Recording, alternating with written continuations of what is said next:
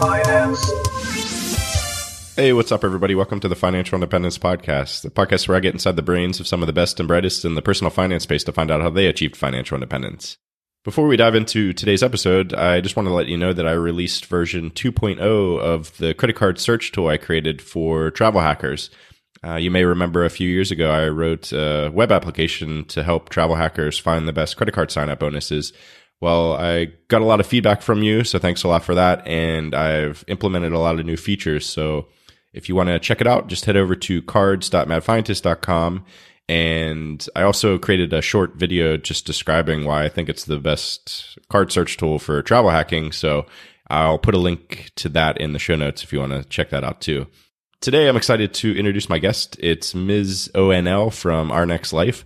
Ms. ONL has a sensitive employment situation, so she wants to remain completely anonymous until she quits later this year. So I completely respect that. So that's why she will be referred to as Ms. ONL for the rest of the episode. But she is living one of my early retirement dreams, actually. And she put herself in this position with her husband before hitting financial independence. And I am excited to talk to her about it because it's something that my wife and I are considering as well.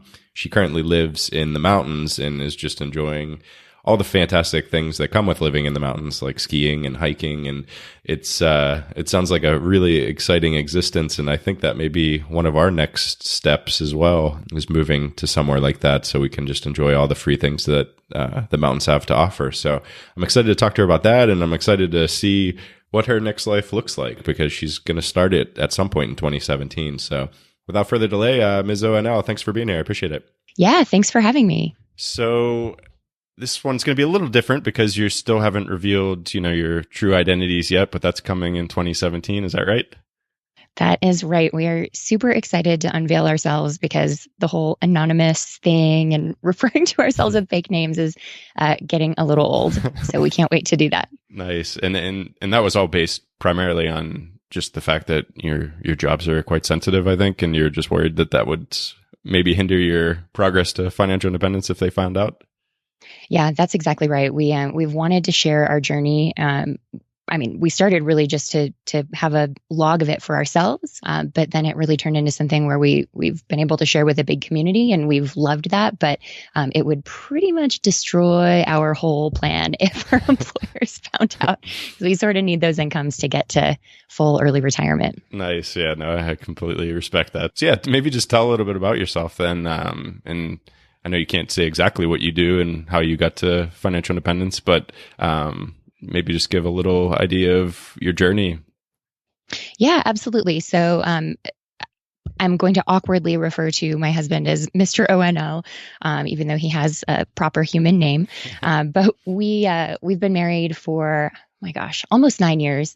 And we, I think, unlike a lot of folks who've gotten to FI, didn't start out as naturally frugal people. We met when we were in our 20s, and Mr. ONL was definitely in kind of that bachelor phase of life where he had like the big TV and the fancy sound system, and really liked to impress me when we were first dating. And so he introduced me to some embarrassingly expensive meals along the way. Though I will say that those are the kind of meals that you remember for your whole life. So we don't regret spending that money. But somewhere along the line, we realized that we could still do fun things and save a lot as well. And a big part of that is that we have above average incomes. We're both consultants. We travel a lot for work. We do the kind of work where you're expected to be online essentially 24/7 and trade your soul and all your free time and all your free brain space to work. And so they pay you a little more in exchange for that. So that really gives us the luxury to be able to have a nice life and still save a lot. But once we actually learned about FI and did the math, we realized that we actually could make some pretty minor cuts to our lifestyle and get to FI within about 10 years. And so we initially had what we called the 10-year plan. And then over time, we realized, actually not over much time, but over about a year, we realized that we could cut some other stuff and we could get there a whole heck of a lot faster. And so then it turned into the 6-year plan. And by the time we quit our jobs at the end of this year, or possibly a little sooner, it will actually have only been about the 5-year plan, which we realize is super fast. And we know that that's totally just a factor of higher than average incomes and a few other things we've been really lucky with. Like we bought our house, which we just paid off in 2011 when it was pretty much the bottom of the housing market. So we got a really good deal there. If we'd bought 2 years earlier or 2 years later, I think we'd have to save up a bit more to be able to do that. So it's been a really, I think luck has been a huge factor in all of it, but also just so thankful that we discovered this concept, because I think we always knew we didn't want to work forever, but we didn't really know how to do that. We just kind of knew that as a theory. And yeah, that's kind of the basics. That's awesome. And congratulations on paying off your mortgage. That's very exciting stuff. Thank you. I know not everybody is in favor of doing that, but for us, it felt like the right thing to just know we'd always have a permanent home base, a roof over our head, and we could really then reduce our living expenses a ton. Yeah, absolutely. And you live in an amazing location, which we will talk about soon, definitely, because I'm really interested in it. But 5 years ago, so what made you switch? So was it a pretty drastic change from those spending years to the then saving tons of money years, or and what was the catalyst for it?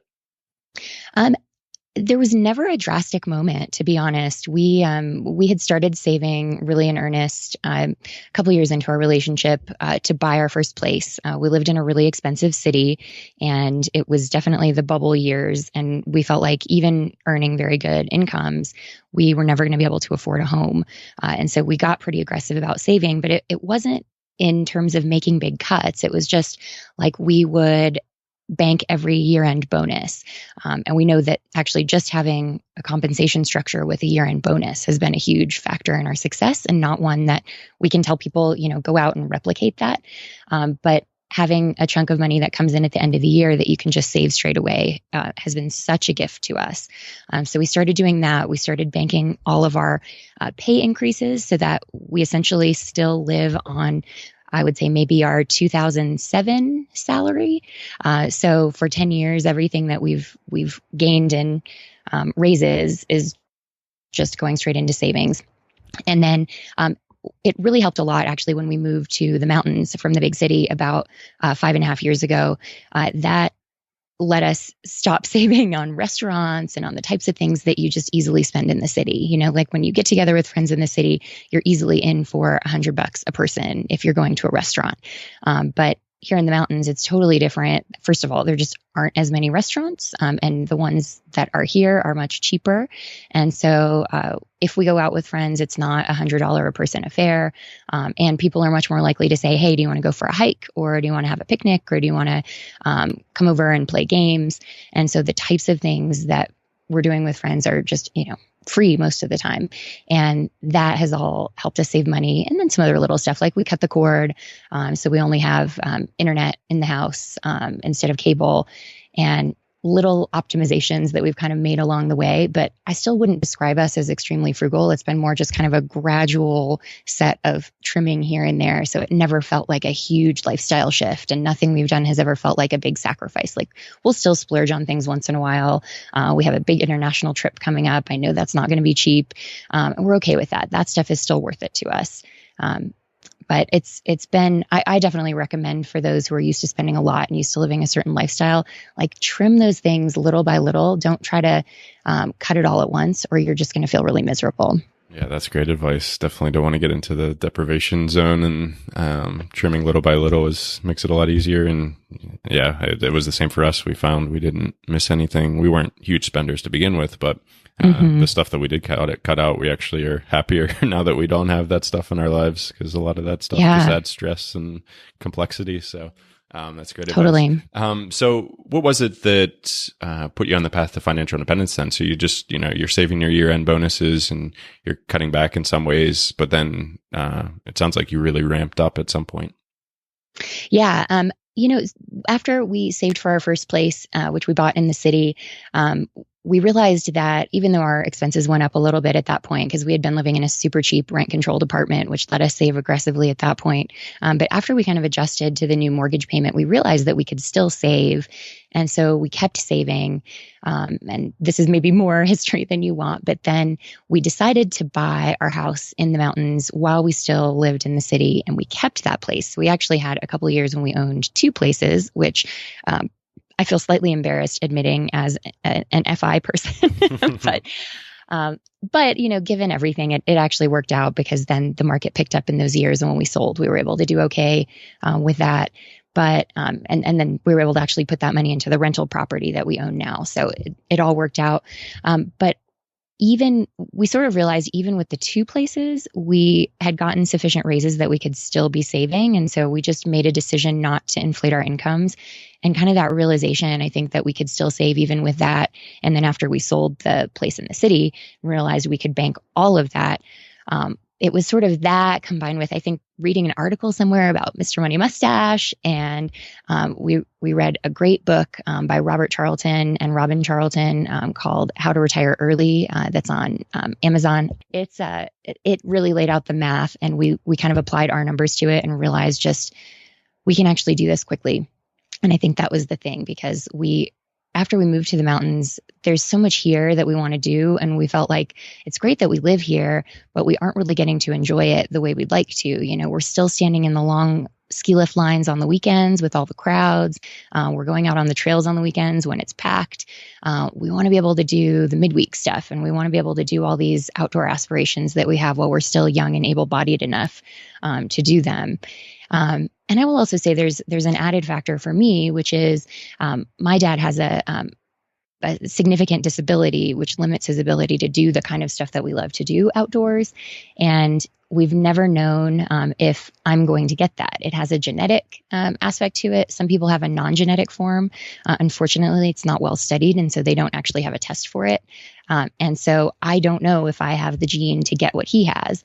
As every year passes, the chances that I'm going to get it get lower and lower. So I think now at age 37, there's a pretty good chance that I'm in the clear.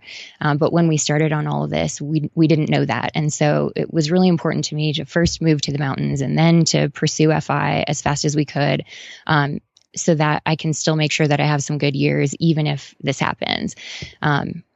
And that's just always been a big thing on my mind, because my dad came down with that when I was late in elementary school. So it's something that I grew up around. It, I think, was a big part of my thinking and deciding that I didn't want to have kids because I don't want to risk passing that on. So that has always been a big factor. And I think connecting the dots between that and FI was really such a gift and something that really helped motivate us. Wow. Yeah, that does sound like that would be very motivating. What year did your father come down with that? How old was he at the time? I think that it snuck up for a few years before I was really aware of it. And he's like a stoic guy of the baby boomer generation. So I wasn't kept up to date as a kid on all the ins and outs of it, but he had to stop working because of it when I was in 7th grade. And I think it was outwardly visible from maybe about 5th grade for me. So he was, I think, 40 when it started to be visible, and 42 when he stopped working, which is a whole other funny thing because it means that I grew up with an early retiree. So had that as a role model, which is funny because Mr. ONL also had an early retiring dad. He retired in his early 50s from a military career. Oh, wow. So, in a weird way, we're both just kind of living our family destiny. But yeah, so I think from middle school on was really when I saw that, and then saw it progress to some extent, which he's still healthy. It's not something that's ever going to shorten his life. It just really limits his mobility. Sure. So you moved to the mountains, and that must have been a big change from, East Coast big city living to West Coast mountain town living. How has that transition been? Because it's something that I'm really interested in potentially doing at some point. I think living close drive to ski destinations, I think is probably the early retiree life that would make us happiest anyway, just being outside a lot and always having some activities to do that are fun. So what was that transition like? Yeah. The transition wasn't as jarring or dramatic as you might expect. I think the thing that people maybe don't understand or appreciate about ski towns is that they are full of people from the cities because people are traveling here. Most of them, there are a few sleepy ski towns still, but for the most part, we all get kind of the deluge of weekend folks, or we get lots of people like us who moved from the big city to be here.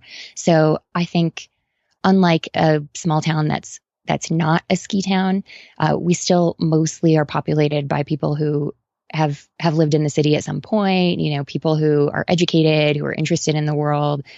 So in terms of the people we've met here, I think we feel like they're mostly pretty similar to folks we knew in East Coast cities. And then when we were in the West in a big city, I will say the things that I love the most are the lack of traffic, except maybe on powder days to the resorts, because that's obviously a huge factor in most big cities. And then little things like at first, when we first moved in and when we didn't have our kitchen boxes unpacked, we were trying to get food delivered at 9 at night and realized that no one would bring us food. And that was a funny moment of realizing that. But after you kind of accept that stuff, it's actually, at least in our town, not that different. We have a big grocery store. We have all the services you want. Plus, you can order things online now. So if you need something and you can't get it in town, it's still easy to get it. And we don't live, just if anyone has this image of us living up on a mountainside all by ourselves, that is definitely not our situation. We live in a normal subdivision, which looks like probably a suburb anywhere, except that we have bigger trees and the houses mostly have wood siding instead of being painted or something. Like they look like mountain houses, but it's just a normal neighborhood. So I think like interacting with neighbors, that's actually really nice because, in the city, people don't often have that same kind of connection. But I think the adjustment overall was not really that big a deal, other than just kind of recognizing that we're going to probably want to travel to the city more. Like when we lived in the city, we would spend all our vacation time going to mountains or going to wilderness areas. And now living in the mountains, we spend our vacation time mostly going to cities. So that's been the big flip. Nice. Yeah. Always want what you don't have. It's always the case, no matter how much you try to stop that from happening. You're like, oh man, I got to get back into the city again. Yeah. So how easy is it to build community in a place like a ski town? Because like you said, there's a lot of people just coming in for the weekends. I guess there are quite a lot of people that do live there. But when I was in Ecuador, I was listening to Mr. Money Mustache's talk down there, and he was talking about happiness and all these things. And he was talking about how like community plays a huge part in happiness. And I realized that's something that Joe and I don't really have because we travel so much and we want to see so many different places, and we are always flip-flopping back from Scotland to America and vice versa. And we're never really settled in a place for more than 2 to 4 years. It's hard to build that community around you in that short of a time. So part of the big questioning on these ski town questions is, we're thinking about maybe our next big move being a more permanent one in somewhere like a ski town or somewhere obviously with mountains around it that we could get to easily at least. So is it easy to build community in a place like that? Yeah, I actually think it has been super easy. Certainly much easier to build community here than it was in the city. In the city, it took us several years to feel like we had a good group of friends, especially after we were both working remotely and didn't have kind of that built-in social structure at work. But the biggest thing is everybody who moves here has a set of common interests. No one would move up here and deal with all the winter snow and all the tourists on the weekends if they didn't love all of the things that the mountains have to offer. So it really makes it easy to just strike up a conversation with someone and have a common understanding, where like the biggest differences are, do you ski or do you snowboard? Do you ride full suspension or hardtail? Those are the only differences, but otherwise everyone's into all the same stuff. And so that for sure makes it easy, where you may not have necessarily like the greatest intellectual connection with someone, but you can at least find people to go on a hike together or to go out paddling with you or do whatever you're into. And so that has made it easy. And the other thing is, I don't know if you found this when you've lived in the city in the past, but like traffic is such a factor in so many places that people won't get together during the week, or people are busy and you have to schedule things a month out. We felt like we were doing really well in the city if we saw our good friends like once every other month. That felt good, but here we're more likely to see people almost every week, because especially with a very small town center, if you just go downtown, you bump into people and you say, hey, you want to grab dinner? And you can actually make spontaneous plans, which we never did in the city. And so that is definitely something I love. I mean, I can't speak to every ski town, and I think that they all have a little bit different vibe, and some tend to be a little bit more resistant to outsiders moving in, and they have a much more pro-local kind of vibe. That's something we definitely discovered when we used to travel a lot more for skiing and went all over. But there are definitely plenty of good ones that have a really good inclusive vibe and are thrilled when cool people move to town. So I would say for folks considering it, I think that go check out the place you're considering moving. Don't just blindly move there, and make sure that people feel warm and open to you. But if you find that, I think it's definitely easier here to form a social circle. That's really cool. That's great to hear. So I think you should do it. You guys should definitely maybe move here. Nice. Yeah, it sounds great. I've been talking to Carl, Mr. 1500 from 1500 Days, for the past couple of weeks, and we realized that we both have the exact same dreams of building a ski lodge. Not a lodge. That's probably makes it sound a lot bigger than we're thinking, but yeah, like a little energy efficient ski house somewhere on a mountain. So I've got him scoping out Colorado for me, so I'll have you scope out west as well. So yeah, no, talk to me about that. We could get in on that with you guys. That would be awesome. One last question for it before we move on, though. Is real estate prices a lot more? Obviously, you went from a big East Coast city, so you're probably used to high prices, but were you surprised at how reasonable a ski or a house in the mountains is, or were you, was it pretty what you expected? No, it's expensive here. And I think that that's true of virtually every ski destination, at least in the US. There are probably still a few hidden gems on little itty bitty mountains, but for all of the ski resorts that have real services, you're going to pay a premium to live nearby. And so we knew that. And that's actually been a central part of our FI plan, is acknowledging that we want to live in a high cost of living place. And there are so many different things too, beyond just housing prices, where we call it the mountain tax of what we pay at the grocery store, or we pay for gas, or we pay for utilities. I mean, that is definitely something to take into consideration, because it was a rude awakening for us when we got our first natural gas bill, and it was $400 to heat our house to 62 degrees, which do you know offhand what that is in centigrade for our non-American fans? Yeah, probably it's high cold. teens. Yeah, and so we started. That's actually the area where we are most weirdly frugal. Is now we keep our house at 55 because nice. Well done. Yeah, no, you can't see me now, but I am super bundled up, and that is just how we do that, because utilities are a fortune in rural areas. But I do think like that was to us such a huge part of being lucky and buying in 2011 when housing prices were way down. So what I can equate it to is the home prices here were roughly similar to what we were looking at in the big city, but you got a bit more space. So like what we would have paid for a condo in the city, we could get a medium-sized house here. And so we didn't save money, but we got more space. We aren't sharing walls with neighbors anymore. We don't have like the condo board president coming in and being nosy in our business. So it's definitely been a good trade up for us. But then now housing prices are back up into kind of crazy levels here. So I do think timing is hugely important as well. Sure. No, definitely. Cool. So you've paid off your mortgage, so you own your own house, you have a rental property. What other sort of investment strategies have you used over the years to get to, within a few months of FI?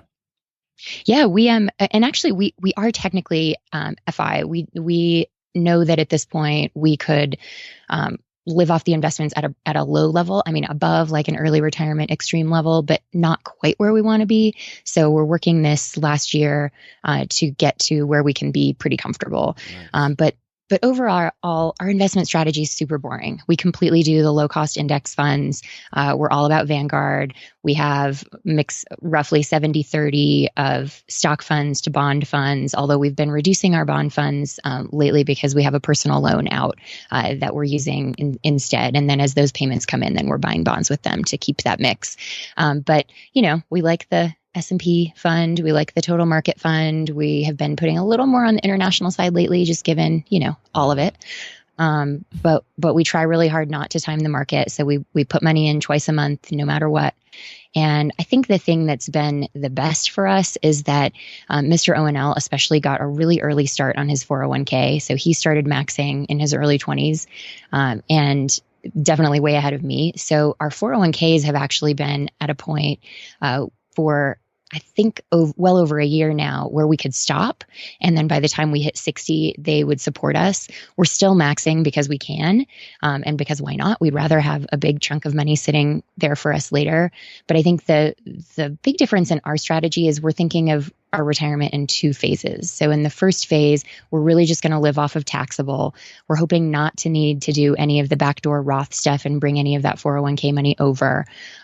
So we call it kind of our dirtbag years. So between about age 40 and age 60, we can live a little cheaper. We can travel the less fancy way. If we need to stay in hostels and pensions, we will. We have a ton of airline miles, which is great. So we'll hopefully be able to travel on planes for quite a few years on those. But so we can live pretty cheap until we hit 60. And then once we can get to the 401k, then we can, based on our current projections at even pretty low returns in the markets, we should be able to double or possibly triple our annual spend by the time we hit 60. And I would say that's not even living super meager 40 to 60. It's just, a more scaled back kind of thing. So for us, that's comfortable. We'd rather know that money is sitting out there because who knows what's going to happen with healthcare? Who knows if we'll have high healthcare expenses? There are so many variables out there in the world. We could have to take care of family members. We just don't know. So having that, we call it the big nest egg for later, but having that there is something that's really comforting. Oh, that's cool. And in your rental property experience, how's that been? So we probably broke all the rules. I think most people who are professional landlords would not love how we went about it, but we specifically bought our rental property to rent to a relative. And so we were a little picky about the property and made sure it covered all the needs, checked all the boxes. And it's still a good cap rate, the ratio of rent to purchase price that people look at, but it's not awesome. I think we would have looked for a cheaper place if we were just doing it strictly for the money. But to us, we sort of feel like, why save all this money if we can't help people we love and if we can't do some good in the world?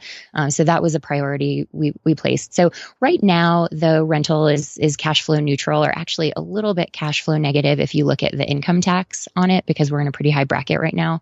But once we retire, then it will definitely shift into a tiny bit positive. And then when we pay off that mortgage in 12 years, we're not speeding up the payments on that one. We wanted to pay off our house fast, but we're going to just let the rental mortgage go on schedule. But once we pay that off, then that'll be really good cash flow. And that's definitely factored into our planning. That's cool. Is your relative still renting it?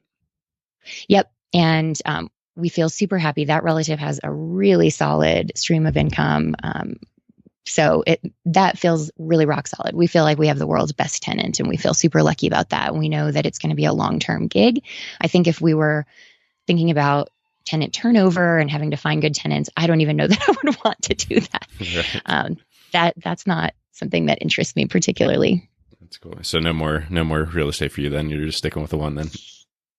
Maybe, people like you talked to Chad Carson recently, and he is so knowledgeable about this stuff and has helped us see some of the possibilities. So if at least the real estate markets go significantly down again, I wouldn't say never on that, but it's not top of our list. Yeah, definitely. I think I'm in the same boat. So you obviously live in the mountains, but you are a consultant, so that's a lot of telecommuting and a lot of travel as well. How long have you been telecommuting for? 6 years for me, and a bit longer. I think actually possibly 11 years for Mr. O&L. So we've been at this a while, and people are always asking how we got this gig, and I can't actually give any useful advice there because it was just completely circumstantial with our companies. We didn't apply for telecommuting jobs. We both had proper bricks and mortar offices, and then for a couple different reasons that we'll share once we unveil ourselves, we were just able to start telecommuting. So It's definitely different, but we feel super lucky to have been able to luck into this and live in the mountains and still do these jobs that pay us enough to save rapidly for FI. You've been with your current companies for quite a while, most of your career, right? Mm-hmm. So Yep. are you at all concerned about maybe like having a loss of identity when you finally walk away from your jobs? Because it seems like, you're quite tied to the company and the job itself. Yeah, absolutely. And I think that that's something that people really should think through and think about, what is it that defines you? What is it that you want to define you in the future? This is something we think and write about a lot on the blog. But yeah, I think, we have the types of careers that are really defining. But yeah, I think especially just feeling relevant in the world is something that I wonder about. But we've thought about that and thought about ways that we can replace a little bit of that through some of our volunteer work in the future. Also, we don't see early retirement as not working. It's just going to be working on projects that we want to do and that we care about.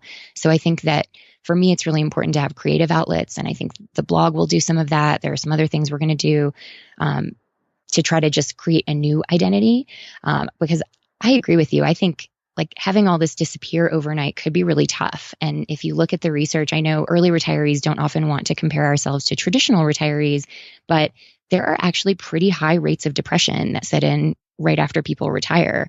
And I think early retirees have this incredible luxury of retiring on our own terms, which isn't true for most people. Most people envision that they're going to work till 65 or later, but in reality, something happens and they get forced to retire more like at age 62 or earlier. And so just being able to retire on our own terms, to do some of this thinking ahead of time of what are we going to do? What's important to us? What are our goals? I think all of that is super helpful to kind of ease that transition. Although all of that said, I haven't actually retired yet. So this could all just be an academic exercise. But I'm curious, like, what have you found? Have you found that was tough? Or Oh yeah. had you? Yeah. I was so thankful to have a few projects that I had already started before. Because I think that first Monday, I freaked out a little bit, even with having all this stuff. And even though I was telecommuting and like really from an outsider's point of view, that Monday looked pretty much identical to the Monday before it when I was working.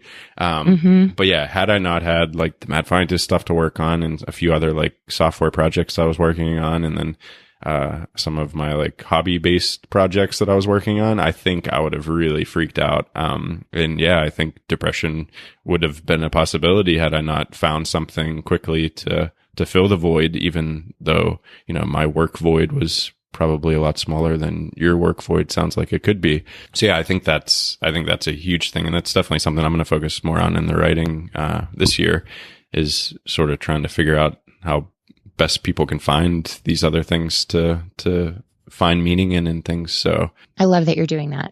It's so important. And I think it's so easy with especially FI bloggers to just talk about the money.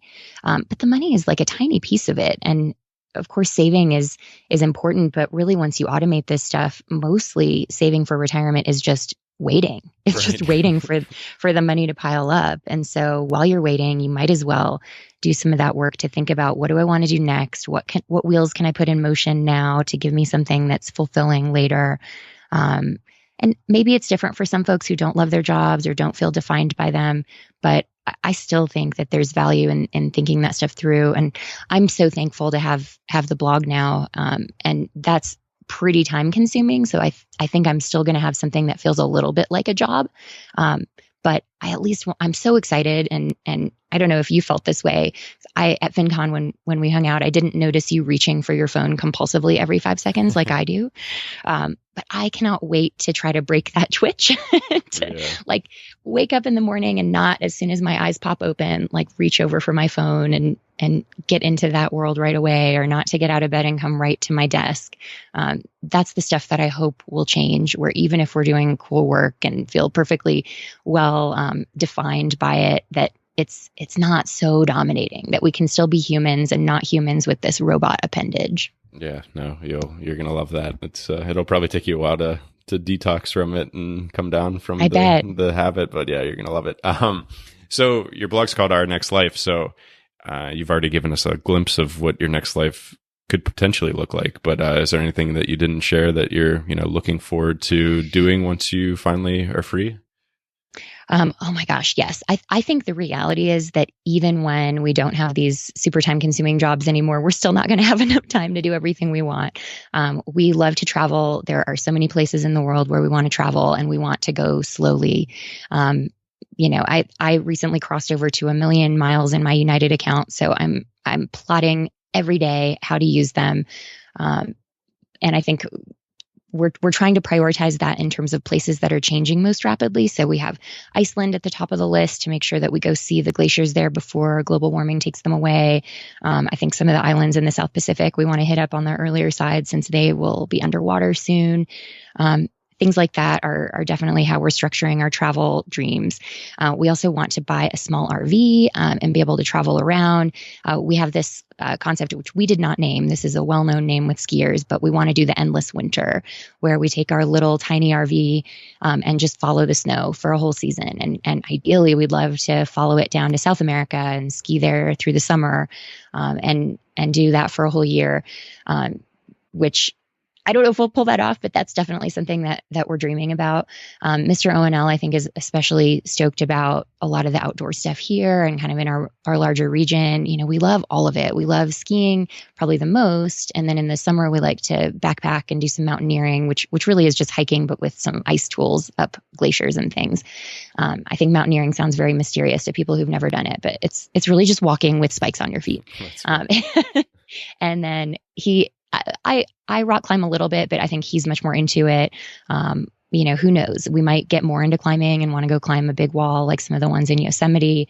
But that's all stuff that we'd love to figure out. And then I think I'm more on the side of wanting to do some creative stuff. So I would really love to start writing books, have some ideas there. And then we're looking at some different ways of doing some multimedia storytelling that will probably tie into the blog and a couple other things. So I think we'll be plenty busy. And I didn't even talk about the volunteering, which is we really want to help the nonprofits in our area be as effective as possible. And so we're hoping to do some nonprofit coaching for free, or maybe just a tiny little fee if it makes sense at that time. But that's something where we want to still have that really good purpose and do good work and have a local impact, which we can't do right now. We can't devote that kind of time, but we'll feel really lucky to be able to do that once we have more time. That's great. Well, if you need house sitters when you're off and traveling the world, just let us know. We'll come and watch after everything for you. No problem. We'll talk. I usually end all my interviews with just asking for like one piece of advice you'd give to somebody on the path to financial independence. So what would that be? The one that I've been saying the most often recently is for folks who feel like I'm getting too late a start. It's easy to look at folks who, I think about the Frugal Woods, who were able to pull off their big move to Vermont in their early 30s, or like Steve at Think Save Retire, who retired at 35 recently, or Matt and Daniel at the Resume Gap, which is one of my favorite blogs. They were able to pull it off in their 20s.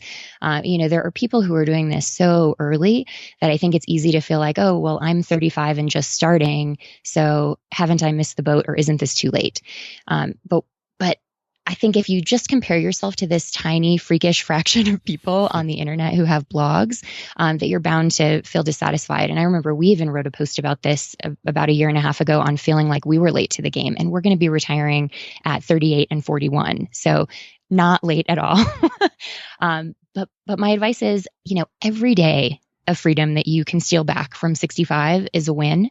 And so even if you are retiring at 64 and a half or 62, that's still huge. And that's still a lot more life that you get to live on your own terms than most people will ever get to say. Or even just being able to retire on your own terms is huge. So don't be discouraged by how old you are now or where you're starting. This stuff tends to accelerate and pick up the pace. And I don't know of anyone who didn't ultimately end up getting there faster than they thought they would, because as you get into it, you start optimizing things, you start finding other ways to cut expenses and save more, or to side hustle and get more income that you can save.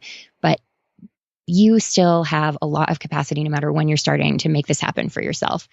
So there's really no downside. And even if early retirement isn't on the table, if you're 60 and you're thinking about this, there is still huge value in becoming financially independent and knowing that you can support yourself no matter what happens. Especially, I think right now with so much uncertainty in the world, there has never been a better time to pursue FI. So it's always worth it no matter where you are in life or in your journey. Go for it. Fantastic advice. How can people get in touch with you? They can go to our blog, which is ournextlife.com.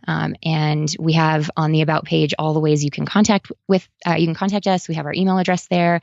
We're also super active on social. So Twitter is where I do the most. And unfortunately, someone else got the @ournextlife handle to do like a sad unrequited love Twitter that they haven't used for 5 years. Oh no. But you can find us there at our_nextlife, which is also our handle on Instagram, where I post a lot of photography from our different mountain adventures and travel. So that one's not going to be any financial wisdom. That's just going to be pretty travel and outdoor pics. And then we do Facebook too, but really Twitter and Instagram are where we focus. Cool. I'll link to all those. And I definitely have to give you all the listeners out there a warning. Do not look at the Instagram if you are a fan of snow and skiing, because it'll just make you so sick with jealousy. I can't. I look at it constantly, and then I just feel terrible. So it's great though. It's making me more enthusiastic about our potential mountain move, and it's actually the reason I started looking into it in the first place. I saw your Instagram, and I was like, "Oh my god, I need that in my life." And then I started looking into it, and then started talking to Carl, and now who knows what's going to happen from all of that. So I blame your Instagram, but yeah, I'll link to all that good stuff in the show notes. But yeah, no, this has been great. So thank you so much, and hopefully I'll get out there soon to see how good the skiing actually is.